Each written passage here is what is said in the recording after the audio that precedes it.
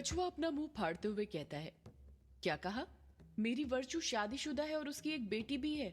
अबे तूने गलत पढ़ लिया होगा, एक बार अच्छे से पढ़। अभिमन्यु कछुए का मोबाइल देखते हुए कहता है, हाँ यार ये कायर ठीक कह रहा है। मोबाइल में जिस बच्ची को तू वर्चस्विनी जी के साथ देख रहा है वो वर्चस्विनी जी की बेटी है। उन्होंने कैप्शन भी लिखा हुआ है, मैं और मेरी प्यारी बेटी। अब इसका मतलब तो यही हुआ ना कि ये बच्ची वर्चस्विनी जी की बेटी ही है। कायर कछुए के मजे लेते हुए कहता है, अब एक कछुए, तेरी होने वाली पत्नी तो पहले ही शादीशुदा निकली और तो और उसकी एक बच्ची भी है। वाह, इसे कहते हैं बड़े पैकेट के साथ छोटा पैकेट फ्री। बहुत बोल रहा था ना कि मैं अपनी वर्चू से शादी करूंगा, तो जा अब कर ले शादी। तुझे तो शादी के साथ गिफ्ट भी मिल रहा है, साथ में एक बेटी। कछुआ उदास होते हुए कहता है, यार यहाँ पर मेरा इतना अच्छा घर बसने वाला था जो एक पल में उजड़ गया, और तू है कि मेरे जले पर नमक छिड़क रहा है। दोस्त ऐसे होते हैं क्या, गम में हंसने वाले? हाँ यार, मैं हंस कहाँ रहा हूँ, मैं तो बस बोल रहा हूँ और तू बुरा मत मान। जिस चीज पर हमारा हक नहीं होता है ना, उसे खोने पर हमें अफसोस नहीं होना चाहिए। वर्चस्विनी जी तेरी थी कब जो तुझे मिल जाती, वो तो पहले ही किसी और की हो चुकी है। कछुआ अपना सिर हाँ में हिलाते हुए कहता है, ठीक कहा तूने, मेरी वर्चू पहले ही किसी और की हो चुकी है। जरा देखूं तो वो कौन है जिसने मेरी वर्चू को मुझसे छीन लिया। इतना कहकर कछुआ अपने मोबाइल में वर्चस्विनी की फेसबुक प्रोफाइल फोटोज और पोस्ट चेक करने लग जाता है। जैसे जैसे कछुआ वर्चस्विनी की टाइमलाइन चेक करते जा रहा था, उसके चेहरे के एक्सप्रेशन चेंज होते जा रहे थे। कछुआ अजीब सा मुंह बनाते हुए कहता है, अरे ये क्या, इसमें तो वर्चस्विनी जी के पति की ज्यादातर फोटो वर्चस्विनी जी की और उनकी बेटी की है। कायर फिर कछुए की टांग खींचते हुए कहता है, वाह बेटा, जैसे ही पता चला कि वर्चस्विनी जी की शादी हो गई है और उनकी बेटी भी है, सीधे मेरी वर्चू से वर्चस्विनी जी पर उतर आया। इसी को प्यार कहते हैं क्या? कछुआ कायर को टोकते हुए कहता है, यार कायर, ये मजाक करने का वक्त नहीं है। तुझे कुछ अजीब नहीं लगता कि वर्चस्विनी जी ने सबकी फोटो डाली है, सिर्फ अपने पति की फोटो को छोड़कर? अभिमन्यु कछुए की बात पर ध्यान देते हुए कहता है, अजीब तो है यार। देखा जाए तो अगर वर्चस्विनी जी को अपनी शादी और बच्ची के बारे में किसी को बताना ही नहीं था, तो वो अपनी बेटी की फोटो फेसबुक पर साथ में डालती ही नहीं। साथ में ये भी नहीं लिखती, me and my cute daughter. कायर भी अभिमन्यु का साथ देते हुए कहता है, हाँ यार, यदि बच्ची की फोटो डाली तो अपने पति की फोटो भी डालनी चाहिए थी वर्चस्विनी जी को। मैं तो शादी के बाद बिंदु को पहले ही बोल दूंगा कि तुम्हारी एक भी फोटो सिंगल अपलोड नहीं होना चाहिए, मेरे ही साथ होना चाहिए। कछुआ बीच में ही कायर को टोकते हुए कहता है, यार मुझे तो ना एक बहुत बड़ा झोल लगता है। अभिमन्यु और कायर दोनों एक साथ पूछते हैं, कैसा झोल? कछ धीरे से कहता है, जैसे कोई सी राज की बात बता रहा हूं। यार मुझे तो लगता है ना, वर्चस्विनी जी ना अपने पति से प्यार नहीं करती होंगी, तभी तो उसकी एक भी फोटो नहीं डाली उन्होंने।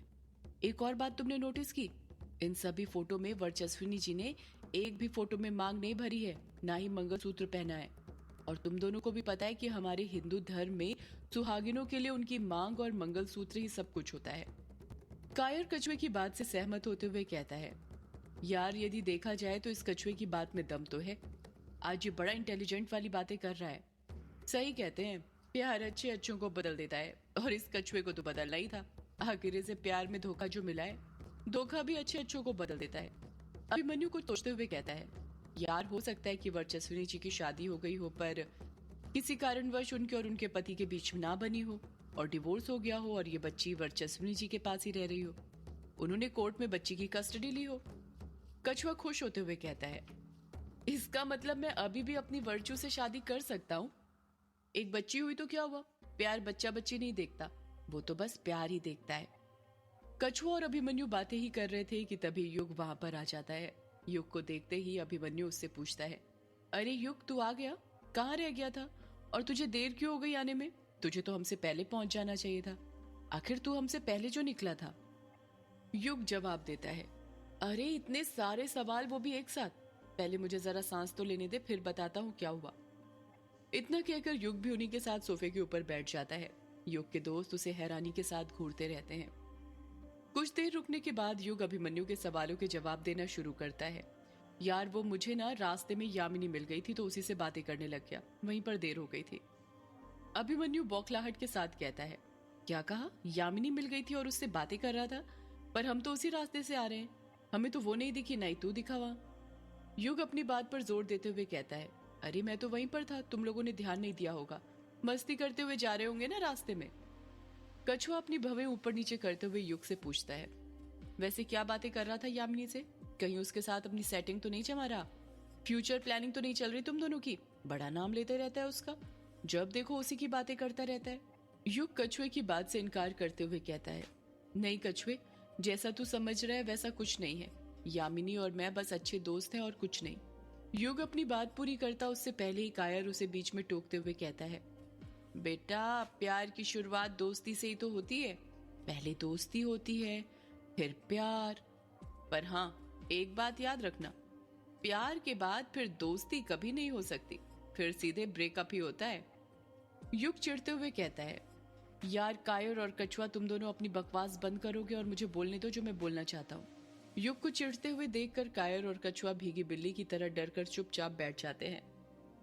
युग अपनी बात को आगे जारी रखते हुए कहता है, यार यामिनी से ना मैं भक्षानर के बारे में बातें कर रहा था। मुझे लगा जिस तरह उसे यक्षिणी के बारे में बहुत कुछ पता था वैसे ही भक्षानर के बारे में भी पता होगा, पर उसे तो भक्षानर के बारे में कुछ पता ही नहीं था। पर हाँ, उसने कहा था कि युग बाबू, यदि आपको भक्षानर के बारे में जानना है तो सौदाइनों से पूछो। सौदाइनों को भक्षानर के बारे में सब कुछ पता होता है।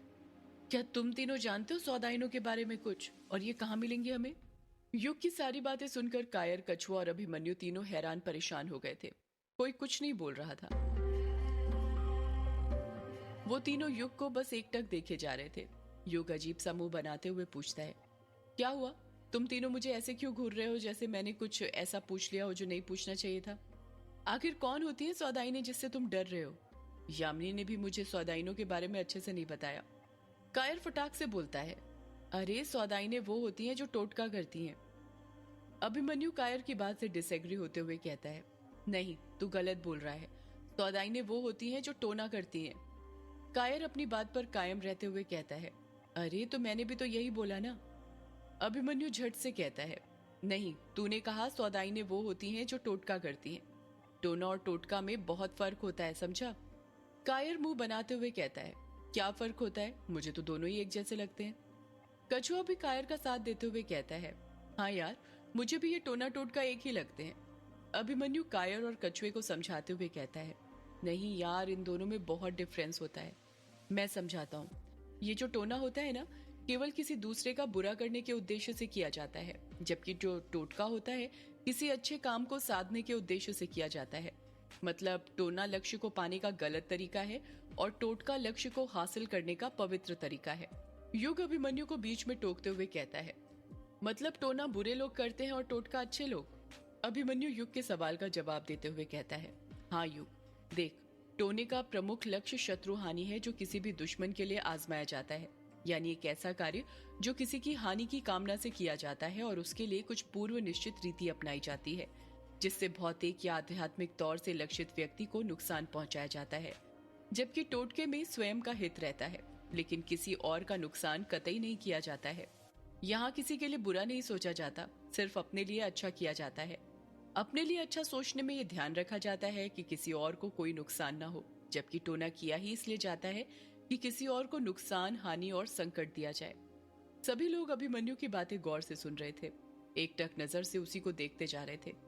अभिमन्यु अपनी बात को आगे जारी रखते हुए कहता है, टोटके की शास्त्रीय विधि होती है जिसे सही ढंग से करने पर ही परिणाम हासिल होता है।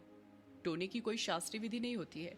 टोटका दो बातों पर निर्भर करता है, पहला कि उसके लिए क्रियाविधि कौन सी अपनाई गई है और दूसरा कि इसके लिए किस भाषा में कौन से मंत्र का उपयोग किया गया है।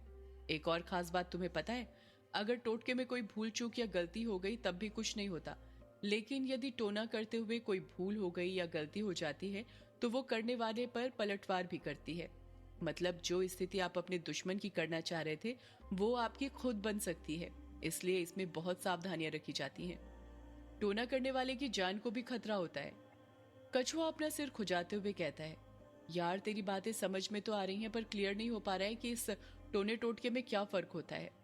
अभिमन्यु कछुए के सवाल का जवाब देते हुए कहता है, तूने देखा होगा अक्सर दुकानों पर नींबू मिर्ची लगे टंगे हुए होते हैं। कछुआ झट से कहता है, हाँ देखा है, ये अपने गुप्ता जी की दुकान है ना, वो तो हर मंगलवार को अपनी दुकान में नींबू मिर्ची बांधकर टंगवाते हैं। अभिमन्यु अपनी बात को आगे जारी रखते हुए कहता है, यही टोटके का उदाहरण है। इसे इसलिए किया जाता है ताकि दुकान को किसी की नजर ना लगे। इसमें किसी व्यक्ति का नुकसान नहीं होता, इसलिए इसे टोटका कहा जाता है। और तूने बीच चौराहों पर नींबू, कपड़े और बड़े बड़े कद्दू पड़े हुए भी देखे होंगे, जिसमें कुमकुम चावल सब लगा होता है अमावस्या और अष्टमी के दिनों में। कछुआ याद करते हुए कहता है, हाँ देखे है ना। अभिमन्यु कहना जारी रखता है, तुझे पता है, कहते हैं अगर चौराहों पर से इन चीजों को कोई लांघता है तो उसके ऊपर बुरी बला आ जाती है, उसकी तबीयत खराब हो जाती है और भी बहुत कुछ बुरा होता है। उसके साथ इसे टोना कहा जाता है, जिसमें किसी व्यक्ति का बुरा होता है, समझे? युग कहता है, हाँ समझ गया, मतलब सौदाइनें वो होती हैं जो अपने काम के लिए किसी का बुरा चाहती हैं, जो टोना करती हैं। अभिमन्यु फटाक से कहता है, हाँ बिल्कुल सही समझा तूने। और इतना ही नहीं, कहते हैं सौदाइनें जिस काम को करने का ठान लेती हैं उसे पूरा करके ही मानती हैं, चाहे उसे कितनी भी मुश्किलों का सामना क्यों न करना पड़े। मैंने सुना है कि पहले अपने गांव में भी कई सौदाइनें रहा करती थी जो टोना करती थी, पर गांव वालों ने मिलकर उन्हें भगा दिया था ताकि वो किसी का बुरा न कर पाए। युग झट से अभिमन्यु पर अगला सवाल दाग देता है, मतलब अब गांव में कोई सौदाइनें नहीं है? अभिमन्यु जवाब देता है, पता नहीं, हो भी सकती है और नहीं भी, क्योंकि कहते हैं जिस व्यक्ति ने भी सौदाइनों को देखा है फिर वो इस हालत में नहीं रहा कि किसी को बता पाए कि उसने सौदाइन को देखा है। मेरी बात मान, तो तू सौदाइनों के बारे में पता करने की अपने दिमाग से ये बात निकाल ही दे। कछुआ भी अभिमन्यु का साथ देते हुए डरते हुए कहता है, हाँ युग, अभिमन्यु ठीक कह रहा है, सौदाइनों का पता लगाना ठीक नहीं है। तुझे नहीं पता वो कितनी खतरनाक होती है, उनका बस चले तो वो कुछ भी कर सकती है। कुछ सौदाइन तो इतनी चालाक होती हैं कि झट से किसी भी चीज से आपको अपने वश में कर सकती हैं। युग हंसते हुए कहता है, तू तो मुझे इस तरह बता रहा है जैसे तू सौदाइनों को बहुत करीब से जानता है। युग की बात सुनकर कछुआ अपनी नजरें उससे चुराने लग जाता है, ऐसा लग रहा था जैसे वो कुछ छुपा रहा हो।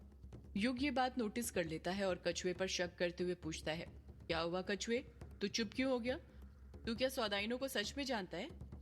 पहले तो कछुआ युग की बात सुनकर घबरा जाता है, फिर बात को संभालते हुए कहता है, नहीं नहीं, भला मैं सौदाइनों को कैसे जानूंगा? मैं किसी सौदाइन को नहीं जानता। तुम लोग बैठो और बातें करो, मैं हल्का होकर आता हूँ।